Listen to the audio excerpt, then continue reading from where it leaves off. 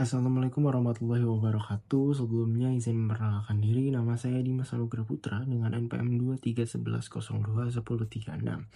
Pada video ini saya akan mereview sebuah artikel jurnal berjudul Leveraging Live Streaming to Enrich Influencer Marketing yang ditulis oleh Oliver Buckley, Rachel Esman, dan Michael Henley. Artikel ini dipublikasikan dalam jurnal internasional bereputasi yaitu California Management Review. Secara umum, artikel ini membahas bagaimana live streaming dapat dimanfaatkan untuk memperkuat strategi influencer marketing, khususnya dalam membangun komunikasi yang lebih interaktif antara brand, influencer, dan audiens di media sosial.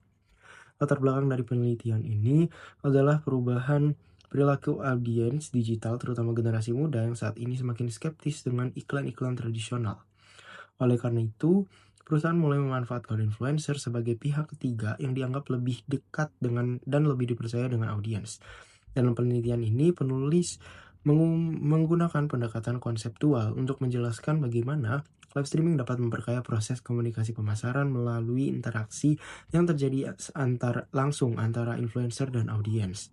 Salah satu temuan utama dari jurnal ini adalah bahwa live streaming mampu meningkatkan engagement audiens karena komunikasi berlangsung secara real time. Komunikasi audiens dapat langsung memberikan komentar, pertanyaan, ataupun respon terhadap produk yang sedang dipromosikan.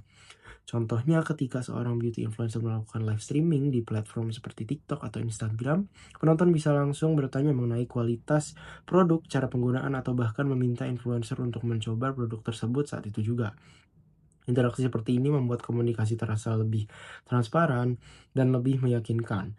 Temuan kedua adalah bahwa authenticity atau keaslian influencer menjadi salah satu faktor yang sangat penting gitu dalam membangun kepercayaan audiens.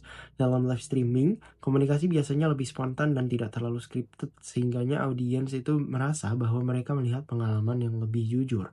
Sebagai salah satu contohnya ketika influencer mencoba sebuah produk makanan atau kosmetik secara live, dan memberikan reaksi langsung terhadap produk tersebut, audiens dapat menilai sendiri apakah rekomendasi tersebut benar-benar tulus atau hanya sekadar promosi semata.